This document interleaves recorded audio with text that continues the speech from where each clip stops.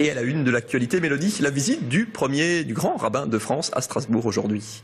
Roland Ries, le maire de Strasbourg, a accueilli Haïm Corsia à l'hôtel de ville ce matin.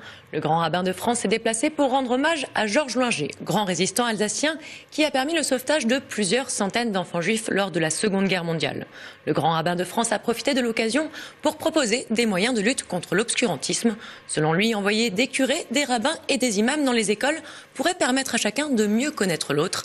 L'Alsace serait d'ailleurs un site expérimental de choix. On écoute le grand rabbin de France.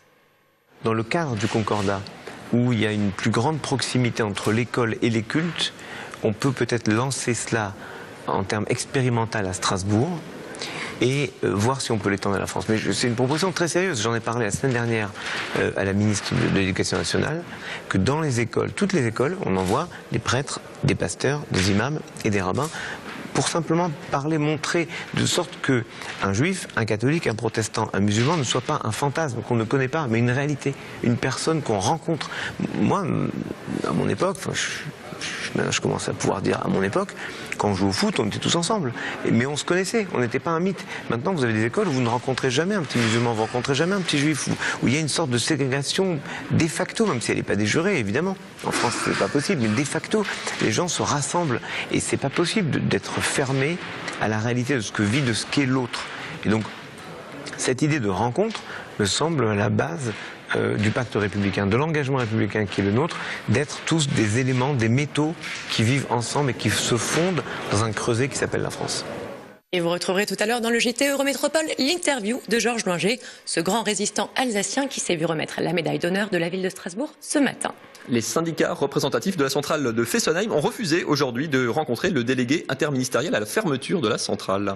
Ils ont tout simplement refusé l'invitation de M. Malherba qui proposait d'organiser une rencontre. Selon l'intersyndicale, le projet de loi sur la transition énergétique ne fait pas mention de la fermeture de Fessenheim et met donc fin à la mission de M. Malherba.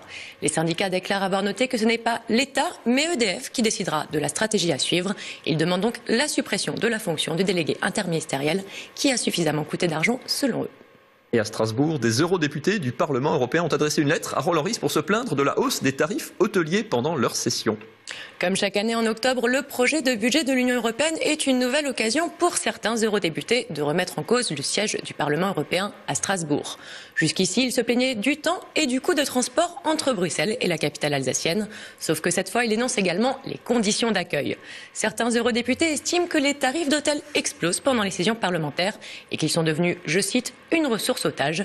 Ils demandent au maire de Strasbourg d'agir contre ces pratiques hôtelières abusives. Le pôle formation de la Chambre de commerce et d'industrie de Strasbourg organisait un forum emploi à destination des personnes handicapées. Avec plus de 20% de taux de chômage, les personnes handicapées sont les premières impactées par la crise de l'emploi. Ce forum visait à les mettre en contact avec des entreprises qui recrutent. Personnes à mobilité réduite, malvoyantes ou sourdes ont ainsi pu prendre connaissance d'offres concrètes adaptées à leur handicap. L'important était de dépasser les a priori négatifs sur leurs compétences. Explication de Chantal Legardeur, dirigeante de Jobekia. Il y a quand même des offres. Donc là, sur Strasbourg, on a 8 entreprises présentes aujourd'hui qui sont là pour effectivement recruter. Donc ils ont des offres à pourvoir. Donc c'est vrai qu'on conseille vivement aux personnes en situation de handicap de venir nous rejoindre pour décrocher, je l'espère, un emploi. C'est toutes sortes de handicaps. Donc, vous avez des personnes effectivement non-voyantes, des personnes sourdes, vous avez des personnes qui ont des problèmes de dos. Donc vous avez vraiment tout type de handicap qui sont présents. Disons qu'elles ont plus de difficultés. Je veux dire, il y a toujours cette image un peu négative du handicap, donc qui reste ancrée en fait encore. Malgré la loi de 2005, on a fait beaucoup d'avancées sur le sujet, mais il reste encore quelques freins. Ce matin avait lieu le lancement du mois de l'économie sociale et solidaire. 86 manifestations auront lieu tout au long du mois de novembre. Une 7e édition ponctuée de débats, spectacles, conférences et autres forums. L'économie sociale et solidaire représente environ 5600 établissements et 70 000 salariés dans la région. Associations, coopératives, mutuelles, tous les acteurs alsaciens se réunissent pour faire découvrir leur secteur. Marion Muff a rencontré Frédéric Deck, président de la Chambre régionale de l'économie sociale et solidaire. On l'écoute.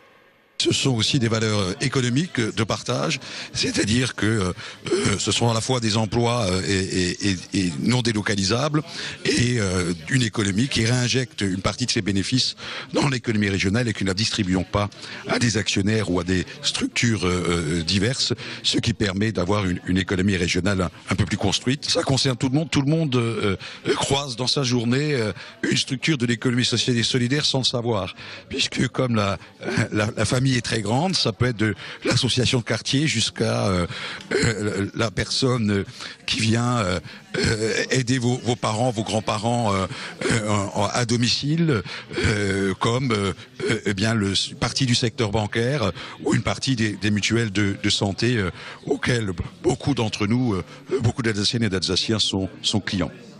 La suite, c'est l'image du jour sélectionnée pour vous par Oliviane. Celle d'aujourd'hui n'est particulièrement pas triste, regardez.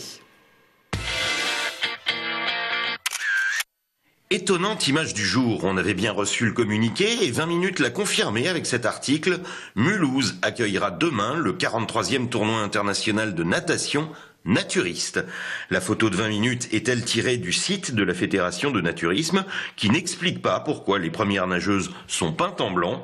Dernière précision, inutile de vous précipiter devant les baies vitrées de la piscine des Jonquilles demain, elles seront recouvertes pour l'occasion. La météo du jour, et c'est bien dommage, la météo du jour signée Nicolas Haussmann. Ce programme vous est présenté par Catlante Catamaran.